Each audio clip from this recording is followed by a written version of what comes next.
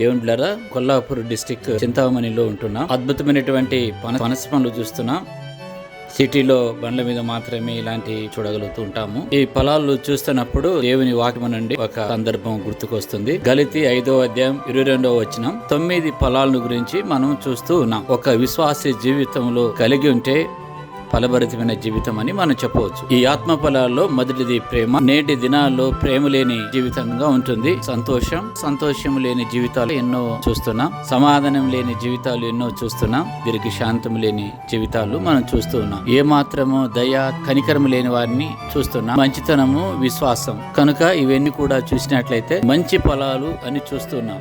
దేవుని బిడ్డలారా, మనం ఆయనలో నిలిస్తే మంచి ఫలాలు ఫలిస్తాం. ఆత్మ ఫలాలు ఫలించి మీ కుటుంబానికి దీవెనకరంగా, అనేకులకు దీవెనకరంగా ఉండాలని, మనం అందరూ కూడా ఉండాలని ప్రభు పేరిట మీకు మనవి చేస్తూ దేవుడు మిమ్మల్ని ఆశీర్వదించును గాక.